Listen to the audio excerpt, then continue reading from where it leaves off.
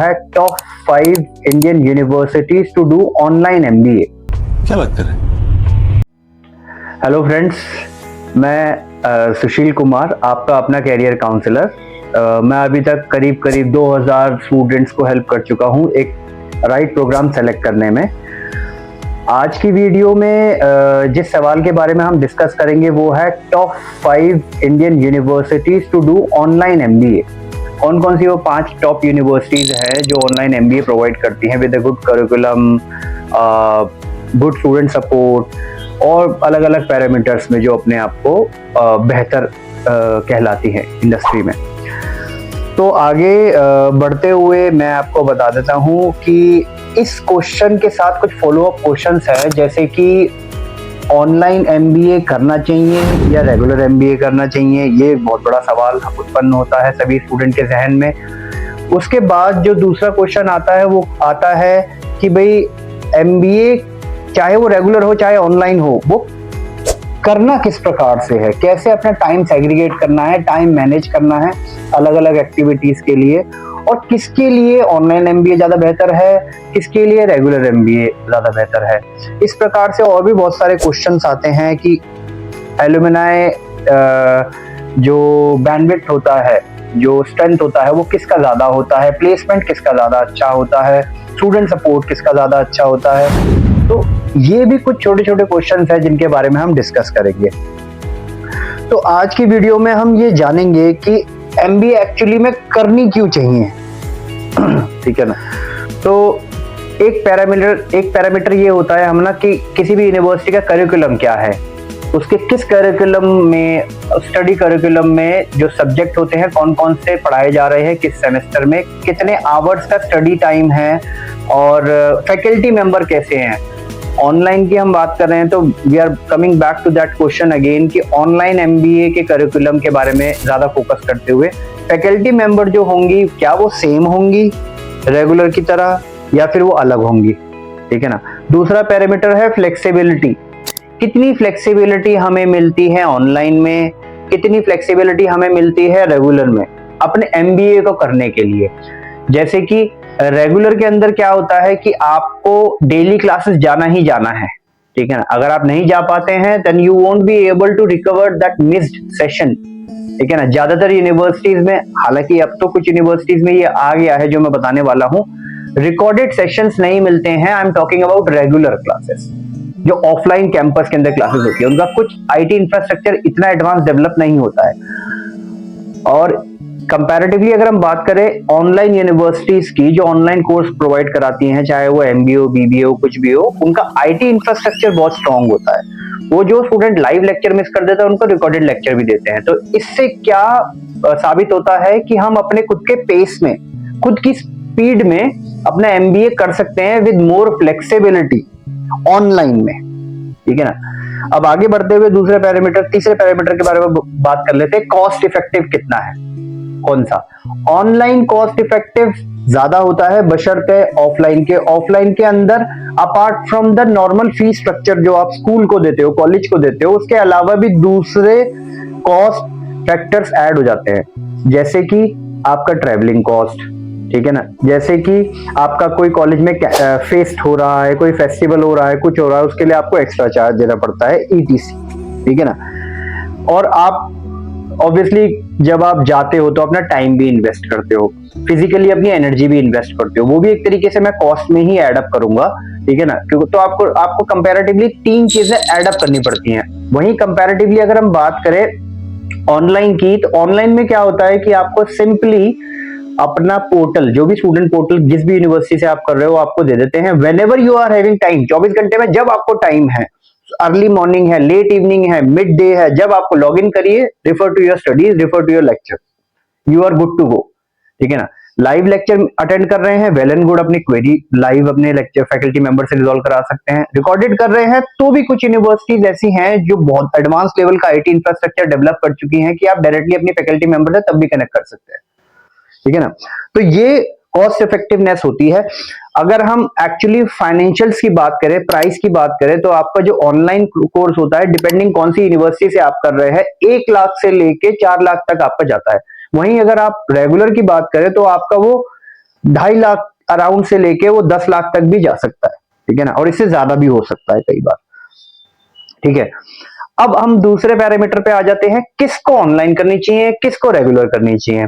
Online सिर्फ उन्हीं students को करना ज्यादा बेहतर है जिनके पास रेगुलर कैंपस में जाने का टाइम नहीं है, एफर्ट नहीं डालना चाहते हैं, उतना कॉस्ट नहीं इन्वॉल्व करना चाहते हैं अपनी एजुकेशन में। ये 3 चीजों के बेसिस पे। तो ये कौन कौन होते हैं? जो वर्किंग प्रोफेशनल होते हैं, एंटरप्रेन्योर्स होते हैं, या फिर किसी और एक्टिविटी में, स्किल डेवलपमेंट प्रोग्राम में अपना टाइम इन्वेस्ट कर रहे हैं, जैसे यूपीएससी की प्रिपरेशन कर रहे हैं, किसी सरकारी जॉब की प्रिपरेशन कर रहे हैं। वो उनका प्राइम फोकस ये नहीं है कि हम ग्रेजुएशन करें या फिर मास्टर्स करें, उनका फोकस है कि दैट एंट्री लेवल की ग्रेजुएशन या मास्टर्स हमें मिल जाए, एट द सेम टाइम हम अपना यूपीएससी और जो भी गवर्नमेंट जॉब की हम प्रिपरेशन कर रहे हैं उसका करते रहे साथ साथ, ठीक है। रिकॉग्निशन की अगर हम बात करें, सॉरी पहले इसी का ही और एडिशनल बता देता हूं कि रेगुलर कौन कौन करते हैं। जो बिल्कुल फ्रेशर हैं, अभी तुरंत ग्रेजुएशन कंप्लीट करके आए हैं, उनको कोई जॉब एक्सपीरियंस नहीं है, वर्क एक्सपीरियंस नहीं है, सो आई स्ट्रांगली सजेस्ट कि rather than involving themselves in a job and doing a online MBA, अभी के लिए आप रेगुलर एमबीए ही करें, ठीक है, because you will be called as a fresher. अगर आपको करना था तो आपको अपना ग्रेजुएशन भी ऑनलाइन करना था, फिर उसके साथ साथ आप अपना जॉब चलाते तो 3 साल का आपका वर्क एक्सपीरियंस भी ऐड हो जाता और आपका ग्रेजुएशन भी ऐड हो जाता। तब आप मास्टर्स जाते ऑनलाइन के लिए तो ज्यादा बेनिफिशियल होता, क्योंकि आपके पास 3 साल का वर्क एक्सपीरियंस ऐड हो गया था, ग्रेजुएशन भी ऐड हो गया था, तो आपको अच्छा हाइक मिलता जॉब में, ठीक है ना। तो ये बेनिफिशियल होता है कि जो स्टूडेंट अभी रिसेंटली अपनी ग्रेजुएशन कंप्लीट करके आए हैं, मैं यही सजेस्ट करूंगा 2 साल और लगा ले, 2 साल और लगा के अच्छे से अपने को अच्छी यूनिवर्सिटी से, रेप्यूटेड यूनिवर्सिटी से अपना मास्टर्स एमबीए कंप्लीट कर ले और फिर उसके बाद एज अ फ्रेशर अप्लाई करें, ठीक है ना। तो ये मैंने बता दिया किन के लिए ऑनलाइन ज्यादा बेहतर है, किन के लिए ऑफलाइन ज्यादा बेहतर है। अब आ जाते हैं मेन क्वेश्चन पे, जिसके लिए एक्चुअली मैं ये वीडियो बनाई थी कि कौन कौन सी टॉप यूनिवर्सिटीज हमारी हैं 5 जो ज्यादा बेहतर हैं अलग अलग पैरामीटर्स में, जो मैंने आपको बताया, जो आपके लिए फायदेमंद है, ठीक है ना। तो पहली यूनिवर्सिटी आपकी जो है, जो कि पूरा डोमिनेट करती है एजुकेशन इंडस्ट्री इंडिया में, उसका नाम है NMIMS यूनिवर्सिटी, ठीक है ना।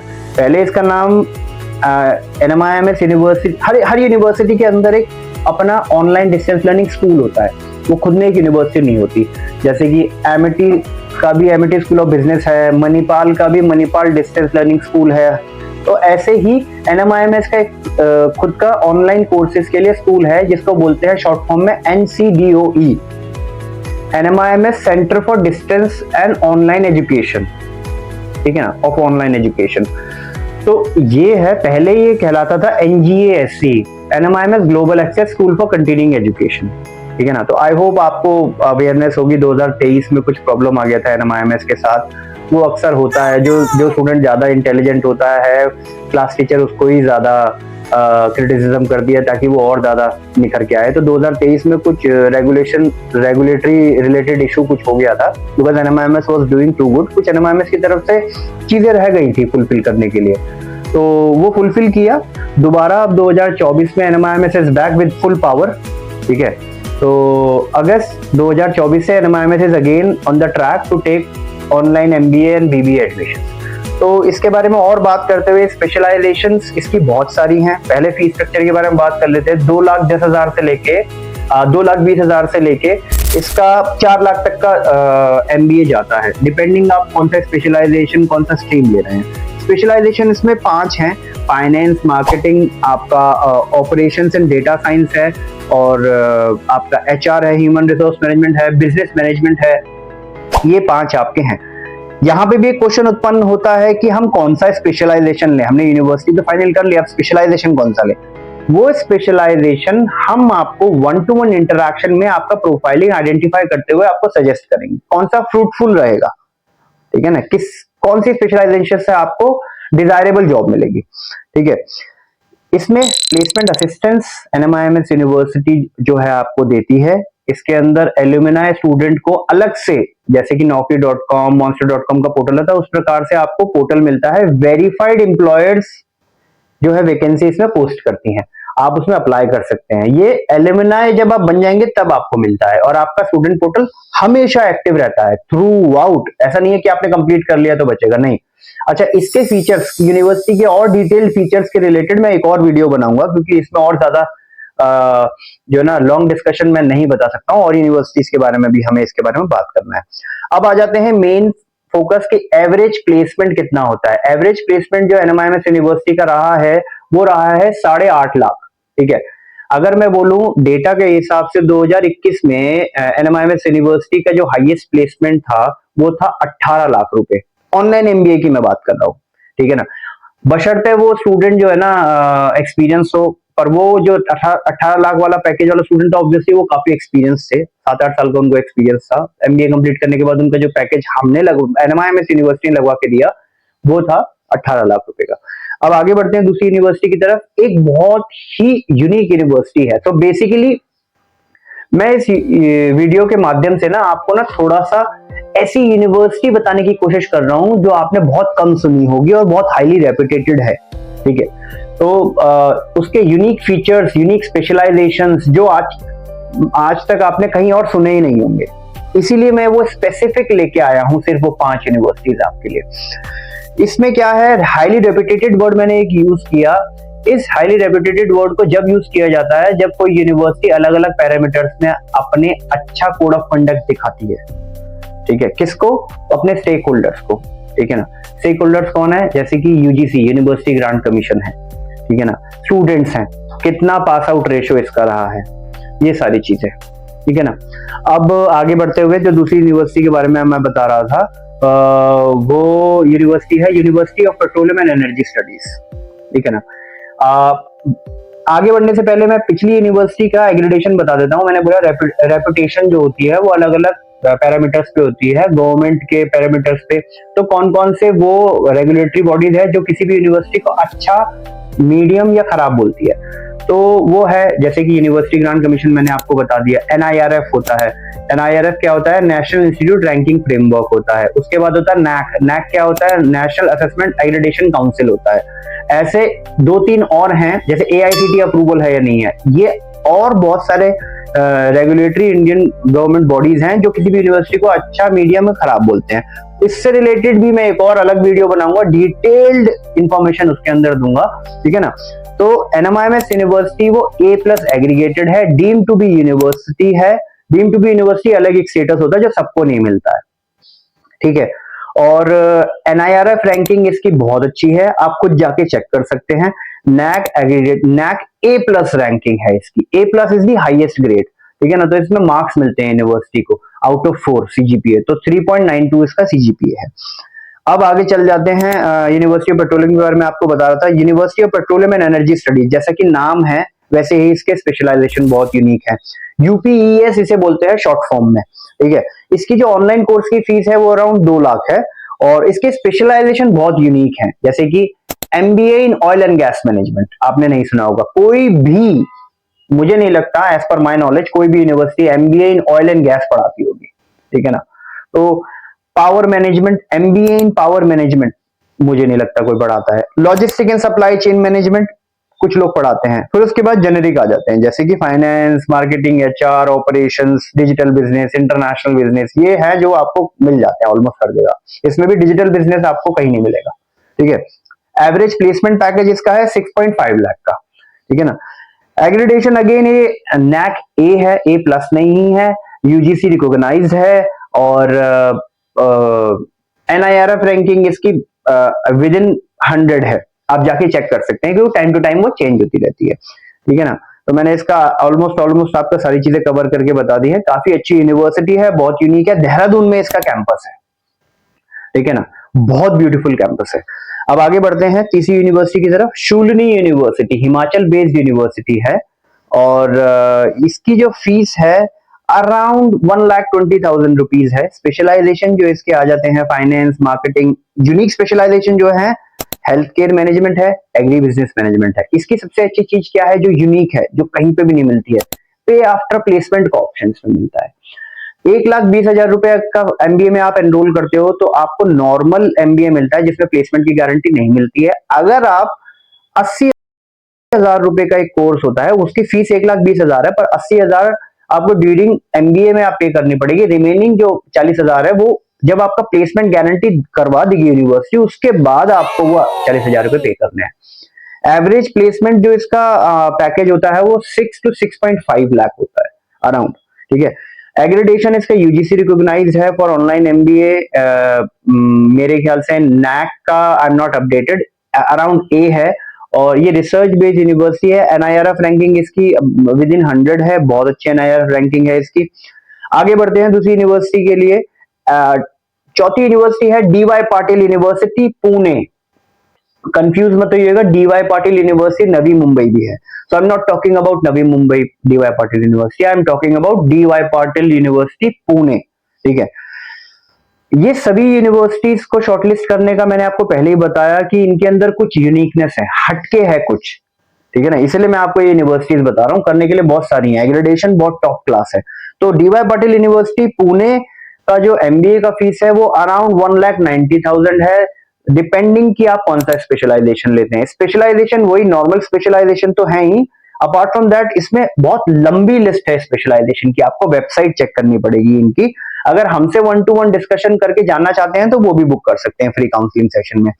नॉर्मल स्पेशलाइजेशन एचआर है, फाइनेंस मैनेजमेंट है, मार्केटिंग मैनेजमेंट है, आईटी मैनेजमेंट है, ऑपरेशंस मैनेजमेंट है, प्रोजेक्ट मैनेजमेंट है। जो हटके है वो है फिनटेक मैनेजमेंट, जैसे कि एडटेक है ऐसी फिनटेक होता है, फाइनेंशियल टेक्नोलॉजी रिलेटेड जो इंडस्ट्रीज होती है उसका फिनटेक मैनेजमेंट। बिजनेस एनालिटिक्स बहुत अलग है, बिजनेस एनालिटिक्स मैनेजमेंट एमबीए। उसके बाद आर्टिफिशियल इंटेलिजेंस का एमबीए है। Health care management, hospital administration and health care management आपका एमबीए है, ठीक है ना। इस प्रकार से और भी बहुत यूनिक स्पेशलाइजेशंस हैं। इसका जो एवरेज पैकेज होता है 6.5 लाख होता है। Again DY Patil University UGC recognized for online MBA for this current session. All these universities are recognized for 2024 to 2025. हर साल UGC अपनी लिस्ट डालती है अपनी वेबसाइट पे, ठीक है ना। और आगे मैं बताऊंगा, थोड़ा स्ट्रीमलाइन हो गया है हमारा सिस्टम ऑनलाइन के लिए, वो क्या है वो मैं आगे उसके बारे में मैं बताऊंगा। एवरेज पैकेज इसका 6.5 है, रिकॉग्नाइज्ड है यूनिवर्सिटी, एनआईआरएफ रैंकिंग अच्छी है इसकी, नैक एग्रीगेटेड A+ है, ये A+ है ये, ठीक है।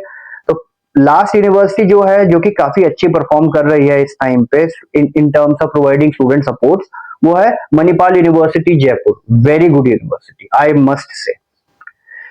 ये यूनिवर्सिटी का फीस स्ट्रक्चर अराउंड 1,70,000 है, डिपेंडिंग आप कौन से स्पेशलाइजेशन में लेते हैं। इनका कुछ प्रोग्राम बहुत यूनिक नहीं है। एक प्रोग्राम है जो है data science, however student support इनका बहुत अच्छा है, स्टूडेंट पोर्टल बहुत अच्छा है, स्पेशलाइजेशन सभी मिल जाते हैं, HR, finance, marketing. Average package इनका 7 लाख के अराउंड है। यूजीसी रिकॉग्नाइज्ड है फॉर ऑनलाइन एमबीए। एनआईआरएफ के लिए ये एनआईआरएफ रैंकिंग बहुत अच्छी है इनकी, आई थिंक विद इन 50 है, और नैक एग्रीगेटेड है, ये ए है, ठीक है ना। और यूजीसी रिकॉग्नाइज्ड ऑलमोस्ट सारी यूनिवर्सिटीज हैं, मैं उनकी ही लिस्ट बना के लेके आया हूँ। तो मैंने आपको बोला था कि मैं आपको बताऊंगा कि अब ऑनलाइन सिस्टम जो हमारा एमबीए का है वो स्ट्रीमलाइन कर दिया है यूजीसी ने। वो क्या है?